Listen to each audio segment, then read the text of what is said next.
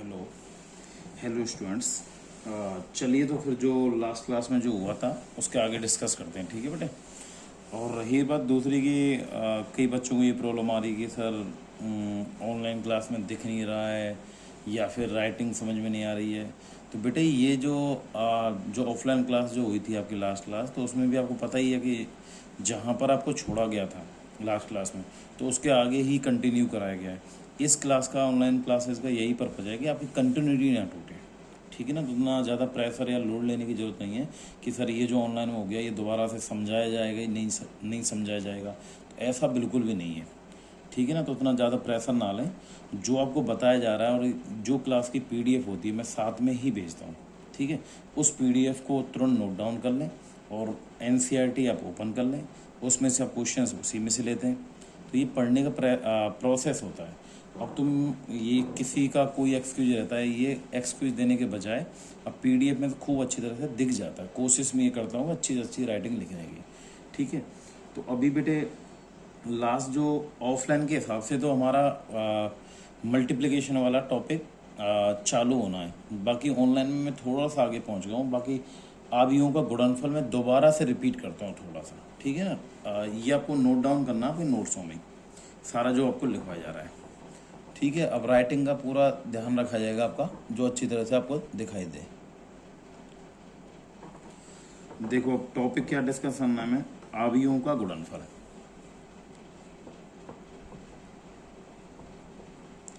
आवियों का गुणनफल, multiplication of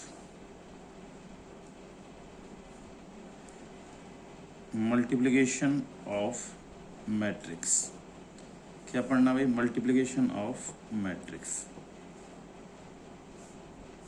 अब मल्टीप्लिकेशन ऑफ मैट्रिक्स में आपका होता क्या है वो मैं आपको समझा देता हूँ कि कोई भी दो मैट्रिक्स का मल्टीप्लिकेशन तक कब संभव होता है। तो बेसिक सा एग्जांपल यही है कि भाई आपको सपोज करो कोई मैट्रिक्स A है, उसका ऑर्डर आपको m क्रॉस n दे रखा है। क्या दे रखा है? m cross n। देखते चलना आराम से, समझ के।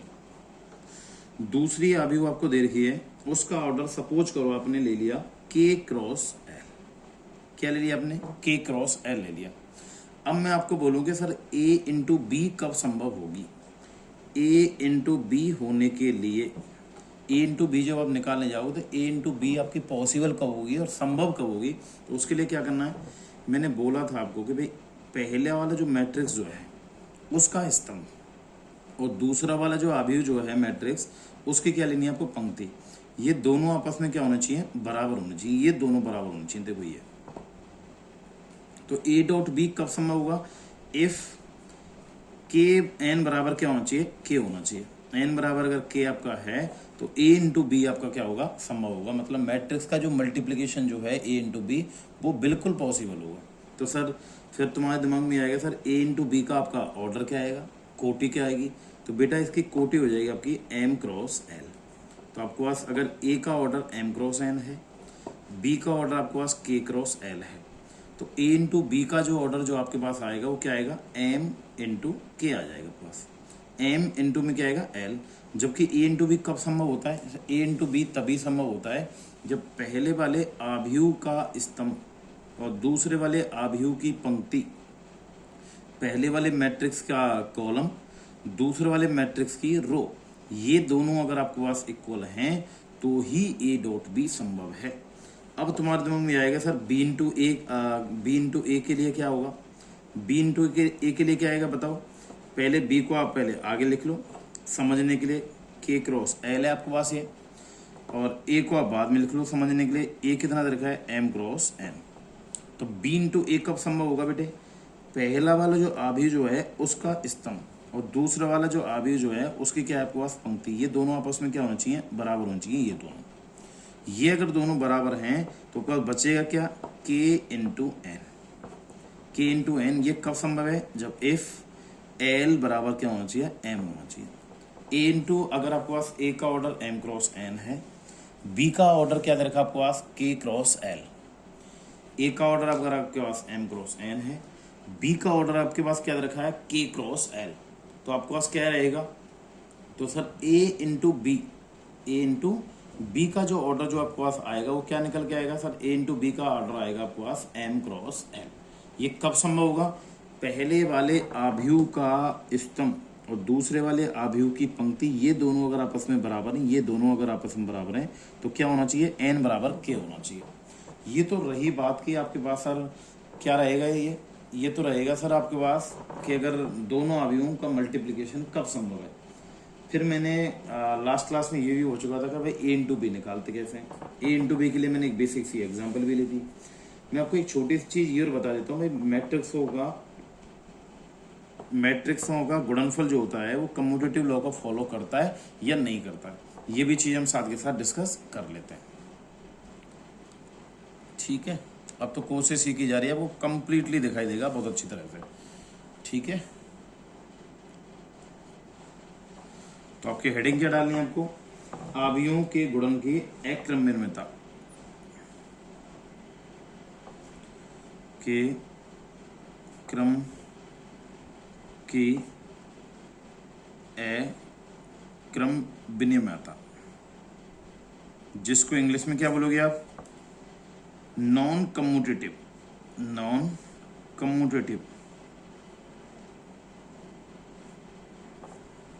ऑफ मल्टीप्लिकेशन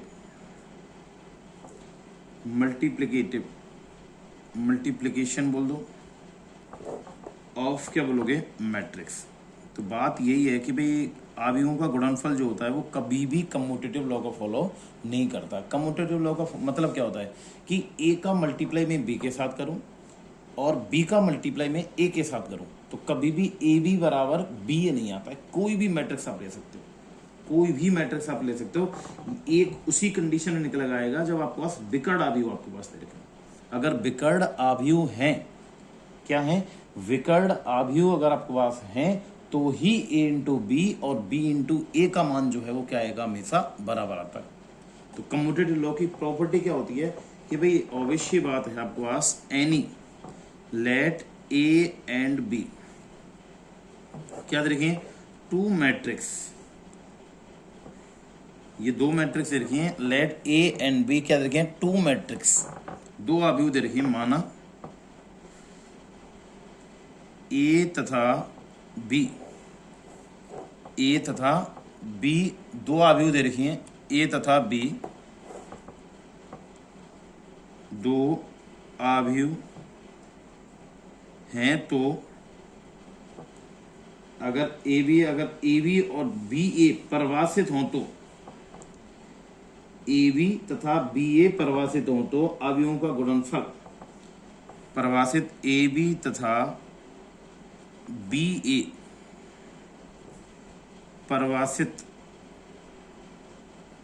परिभाषित हों तो ए बी का मान बी ए के बराबर नहीं आएगा।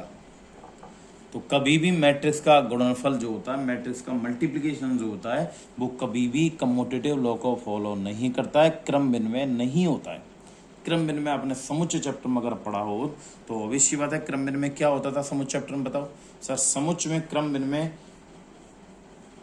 ए का ए, कोई समुच्चय ए है, कोई समुच्चय क्या है, ए है, उसका यूनियन अगर मैं बी के साथ लूं तो बराबर किसके होता है सर, बी का यूनियन ए के साथ लेने का। क्या बोला मैंने, ए का यूनियन बी के साथ बराबर बी का यूनियन ए के साथ, ये क्या होता है आपके पास, क्रम विनिमय नियम होता है।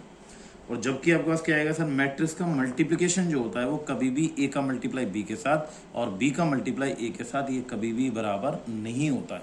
मतलब सर ए इंटू बी और बी इंटू ए कभी भी मल्टीप्लिकेशन बराबर नहीं होता है। फॉर एग्जाम्पल, जैसे एक एग्जाम्पल नंबर आपको मैं 13 आपको बता चुका था, तो एग्जाम्पल नंबर 13 आपने ले लिया तो 14 आप समझ लो एक बार। 14 में आव्यूह ए आपको गिवन है, आव्यूह ए 1 0 0 -1। जिस बच्चे को भी मल्टीप्लिकेशन समझ में नहीं आया था, मैं दोबारा इस क्वेश्चन में गुणा करके दिखाऊंगा, मल्टीप्लाई करके दिखाऊंगा कि कोई भी दो आव्यूहों का गुणनफल कैसे निकाला जाता है। तथा आव्यूह बी क्या तरीके है, 0 1 1 0। अब आपको a इंटू बी निकालना है और b इंटू ए निकालना है। चेक करके देखते हैं कि भाई a इंटू बी और b इंटू ए आपको पास क्या निकल के आ रहा है। ठीक है, ए इंटू बी अगर आप निकालने जाते हो, ए इंटू बी निकालो भी, वैसे एग्जाम्पल नंबर 14 में ए इंटू बी और बी इंटू ए आपको दे रखा है, तो वो आपसे वो यही पूछ रहा था कि भाई ए इंटू बी और बी इंटू ए का मान जो है वो क्या बराबर है, और बराबर अगर नहीं है तो वो ए बी और बी ए का मान अगर बराबर नहीं है तो आपको पास मल्टीप्लीकेशन आपको फॉलो नहीं करेगा, मतलब कम्यूटेटिव लॉ की प्रॉपर्टी फॉलो नहीं होगी। तो ए इंटू बी निकाल के देखते हैं भाई। ए क्या है आपके पास 1 0 0 -1, बी क्या आपके पास 0 1 1 0। तो मल्टीप्लीकेशन के लिए आपको बताया था मल्टीप्लीकेशन कैसे निकालते हैं बताओ, कि सर दूसरे वाला जो आव्यूह है ना, ये वाला जो आव्यूह है, सेकंड वाला आव्यूह जो है ये, इसका लेते हैं हम स्तंभ, इस स्तंभ को मल्टीप्लाई करोगे किसके साथ, पहले आव्यूह की पंक्ति के साथ। तो 0 को मल्टीप्लाई 1 के साथ और 1 का मल्टीप्लाई 0 के साथ। तो 0 मल्टीप्लाई 1 प्लस और 1 गुणा 0, फिर 0 का गुणा 0 के साथ, 0 इंटू 0, 1 गुणा -1 करोगे तो माइनस गुणा 1, क्योंकि माइनस हो जाएगा ही, ठीक है सर। फिर क्या लेते हो सर, इसी आव्यूह का दूसरा स्तंभ। दूसरा स्तंभ क्या है आपके पास सर, दूसरे स्तंभ में 1 और 0, तो 1 का मल्टीप्लाई 1 के साथ, तो सर 1 इंटू 1 प्लस उसके बाद क्या आएगा सर 0 इंटू 0, ये क्या आएगा 0 इंटू 0, ठीक है। फिर क्या लेते हैं सर, यही वाला स्तंभ लेना आपको, 1 का मल्टीप्लाई 0 के साथ, 1 इंटू 0 प्लस 0 इंटू -1, तो -1 का मल्टीप्लाई 0 के साथ, ये आपको पास ए इंटू बी निकल का था। सिंप्लीफाई करते हैं इसको भाई, ये भी आपको पास क्या आएगा 0, ठीक है, ये आपका 0 हो जाएगा, ये आएगा -1, तो 1 गुणा 1 आपके पास 1, प्लस में 0 करोगे तो 1 आएगा, ये भी 0 आएगा, ये भी 0 आएगा, तो आपके पास ए बी का मान जो है वो क्या निकल के आएगा सर, 2 क्रॉस 2 का आव्यूह निकल के आया। 2 क्रॉस 2 का आव्यूह क्यों बोला है, कोई बताएगा मुझे भाई, 2 क्रॉस 2 का आव्यूह आपने क्यों बोला है सर? 2 क्रॉस 2 का आव्यूह इसलिए बोला आपने क्योंकि इसमें पंक्ति तो आपके पास ये है पहली, और ये कौन सी पंक्ति आपके पास दूसरी। सर ये कौन सा कॉलम है आपके पास C1, और ये कौन सा कॉलम है आपके पास C2। तो कोई भी ऑर्डर निकालने के लिए इसका ऑर्डर क्या आएगा ए बी का, सर ए बी का ऑर्डर जो है वो कितना आ जाएगा 2 क्रॉस 2, मतलब इसका ऑर्डर का मतलब होता है कोटि। ऑर्डर का मतलब क्या होता है भाई, कोटि। तो ए बी की जो कोटि जो रहेगी वो कितनी आएगी, बस ए बी की कोटि जो है वो क्या आएगी 2 क्रॉस 2। अब हम समझते हैं कि भाई ए बी का मल्टीप्लाई ए इंटू बी किया, तो बी इंटू ए और करके देखते हैं कि बी इंटू ए का मान जो है वो क्या बराबर आता है कि नहीं आता है, देख लेते हैं एक बार। अब बी इंटू ए आप खुद निकाल के चेक कर सकते हो एक बार, ठीक है ना। बी इंटू ए आपके पास क्या निकल के आ रहा है, इजी है, बहुत मुश्किल नहीं है, तो देख लो, बाकी अगर कोई दिक्कत हो तो। बी इंटू ए, बी इंटू के लिए बी का मान क्या है भाई, बी का मान है सर आपके पास 0 1 1 0। देन आपके पास ए का मान क्या है सर, ए का मान है 1 0 0 -1, ठीक है, ये है आपके पास। अब क्या करोगे सर, इसका मल्टीप्लाई करने के लिए वही चीज सिखा रखी है सर, दूसरे आव्यूह का स्तंभ, ये लोगे दूसरे आव्यूह का स्तंभ, और दूसरे आव्यूह का जब तुम स्तंभ लोगे तो स्तंभ में क्या आएगा आपके पास बताओ। तो सर स्तंभ में आपके पास दे रखा है 1 और 0, तो 1 का मल्टीप्लाई 0 के साथ और 0 का मल्टीप्लाई 1 के साथ, तो 1 इंटू 0 प्लस 0 इंटू 1। फिर क्या कर सर, इसी स्तंभ का, ये जो स्तंभ दे रखा है ना, इसी स्तंभ का मल्टीप्लाई इसके साथ, तो 1 मल्टीप्लाई 1। देन क्या आएगा भाई सर, 1 का मल्टीप्लाई 1 के साथ, तो 0 मल्टीप्लाई 0 के साथ, ये लो। फिर क्या करोगे सर, इसी स्तंभ को लो, ये वाले स्तंभ का मल्टीप्लाई इस पंक्ति के साथ और इसी स्तंभ का मल्टीप्लाई इस पंक्ति के साथ, तो क्या करेंगे सर, 0 का मल्टीप्लाई 0 के साथ, ये लो। 1 का मल्टीप्लाई -1 के साथ, 1 इंटू -1, 0 का मल्टीप्लाई 1 के साथ और प्लस 0 का मल्टीप्लाई -1 के साथ, ये आपके पास निकल के आएगा b इंटू ए। अब इसको हम सिंप्लीफाई करके देखते हैं कि भाई ए बी का मान और बी ए का मान जो है वो क्या बराबर आता है। ये कितना आएगा 0, देन ये क्या आएगा -1, ये क्या आएगा 1 और ये क्या आएगा 0। तो अब देख सकते हो क्या ए बी बराबर बी ए निकल के आया है क्या, नहीं। मैं एक बार ए बी और लिखता हूँ, पीछे वाला पेज पे था, ये आपका क्या लगा है बी ए। तो ए बी का मान निकल के आया था बेटे 0 1 -1 0, क्या ये वाला मान और ये वाला मान बराबर है क्या? नहीं है। देख सकते हो आप बिल्कुल अच्छी तरह से। क्या ये दोनों मान बराबर हैं क्या? ये दोनों मान बराबर होंगे ही नहीं। क्या ये दोनों आव्यूह आपको एक जैसी नजर आ रही हैं क्या? नहीं आ रही हैं। तो यही तो मैंने बोला था कि आव्यूहों का गुणनफल कभी भी कम्यूटेटिव लॉ को फॉलो नहीं करता है। आव्यूहों का गुणनफल जो होता है वो कभी भी कम्यूटेटिव लॉ को फॉलो नहीं करता है। मतलब ये हुआ कि आव्यूहों का गुणनफल कभी भी क्रम विनिमय नियम को परिभाषित नहीं करता है, क्रम विनिमय नियम को संतुष्ट नहीं करता है। तो आपको क्या लिख सकते हो? अतः A B not equal to B A. तो आव्यूह का गुणन क्रम विनिमय नियम नहीं होता है। आव्यूहों का गुणनफल, आव्यूहों का गुणनफल क्रम विनिमय नहीं होता है। क्रम विनिमय नहीं होता। अच्छा, एक नोट डाल के मैं लिखवाता हूँ एक चीज, बड़ी इंटरेस्टिंग चीज है, इंपॉर्टेंट वैसे ही, ध्यान रखना है इसको, कि भाई आप कोई भी दो आव्यूह दे रखे हैं, दो आव्यूह ए बी और बी ए परिभाषित है, ठीक है। ए बी बराबर बी ए होगा, दोनों बराबर नहीं है। सपोज करो ए और बी मैंने डिफरेंट ले लिए। अभी आपने क्या बोला कि भाई ए बी बराबर बी ए नहीं होता है किसी भी आव्यूह के लिए, लेकिन ए बी बराबर बी ए हो सकता है। ए बी बराबर बी ए हो सकता है कब? बताओ। ए बी, कोई भी मैंने एक आव्यूह ले लिया ए और कोई आव्यूह ले लिया मैंने बी।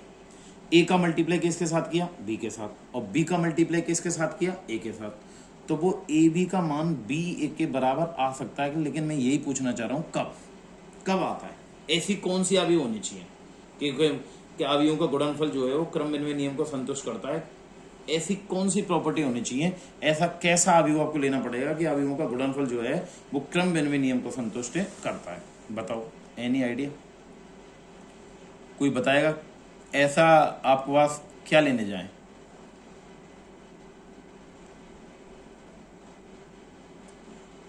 तो एक चीज अब छोटी सी ध्यान रहे कि अगर समान कोटि के विकर्ण आव्यूहों का गुणनफल, समान कोटि के ले लेते हैं, मैं लाइन लिखवा देता हूं, समान कोटि के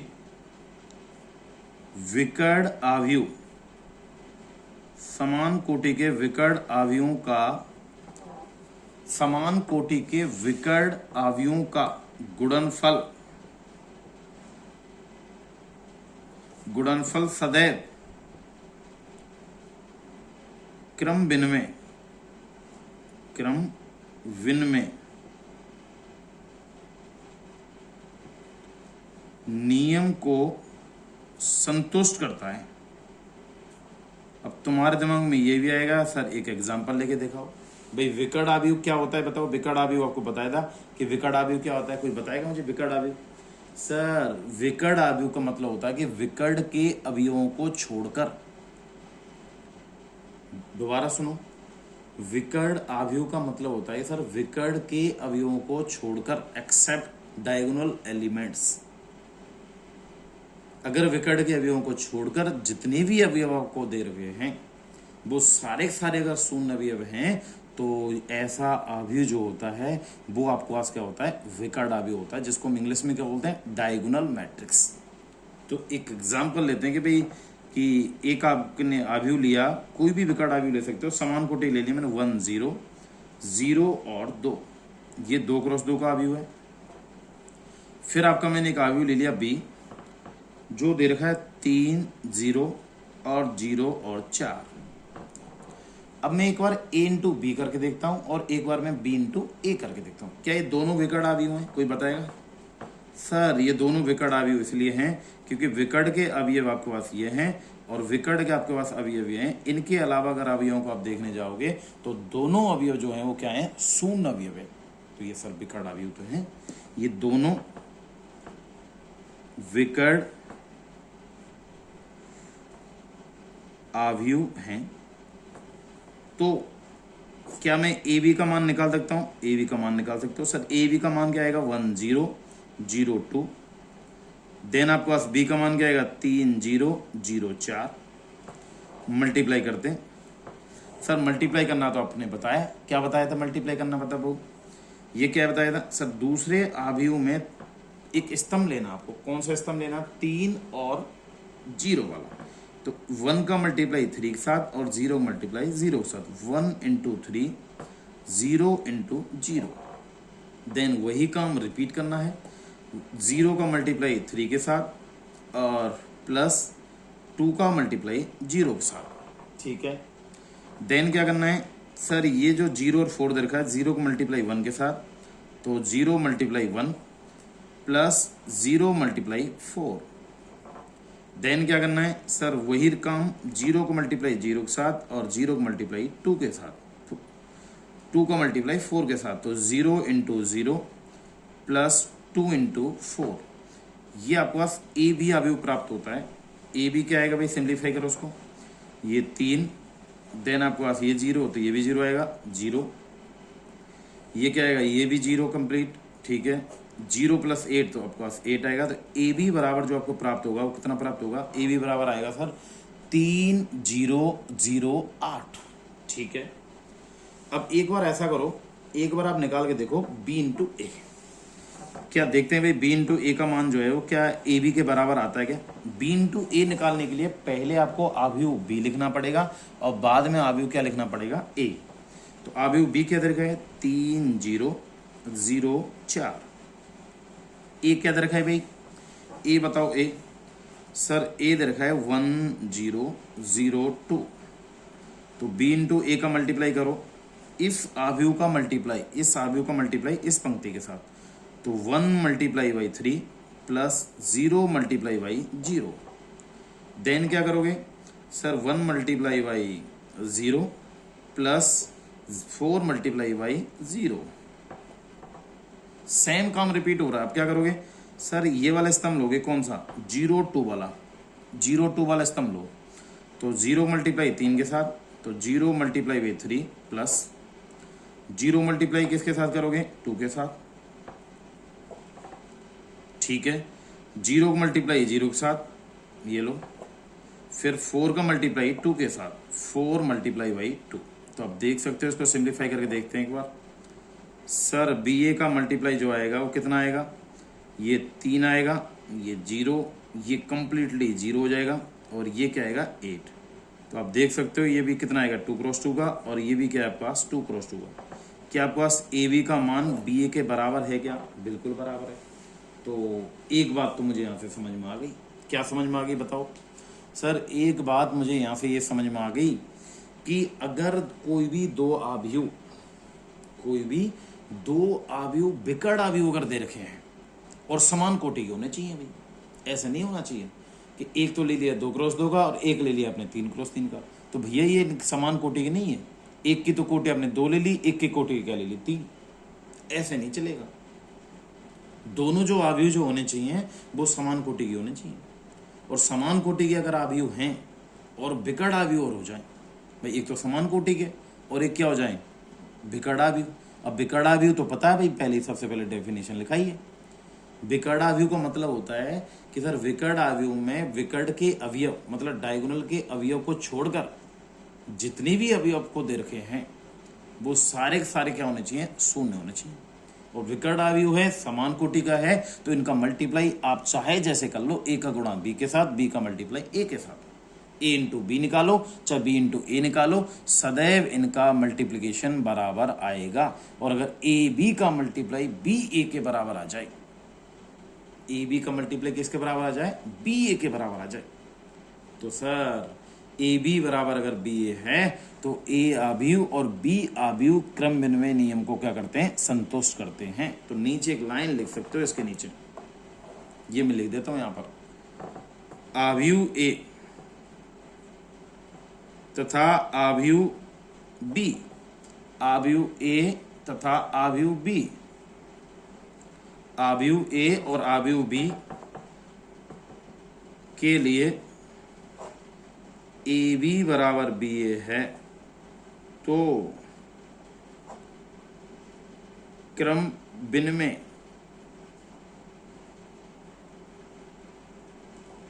संतुष्ट है। क्रमबिन में संतुष्ट है, ये आप लिख लेना।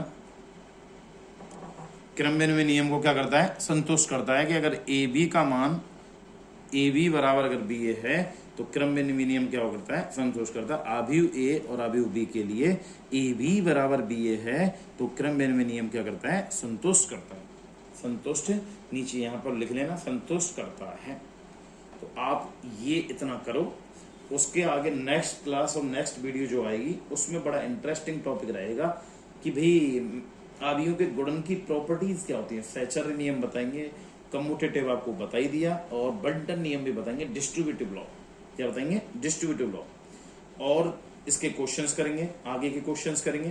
तो धीरे धीरे ये सारी चीजें आप पढ़ते जाओ, ठीक है ना। और बाकी का ऑफलाइन क्लास में आपको सारा रिपीट कराया जाएगा। बस जस्ट ये है कि आप मैथ को जितनी ज़्यादा प्रैक्टिस करोगे उतनी ही कमांड होती चली जाएगी, ठीक है। तो मिलते हैं भाई नेक्स्ट वीडियो में आपके पास।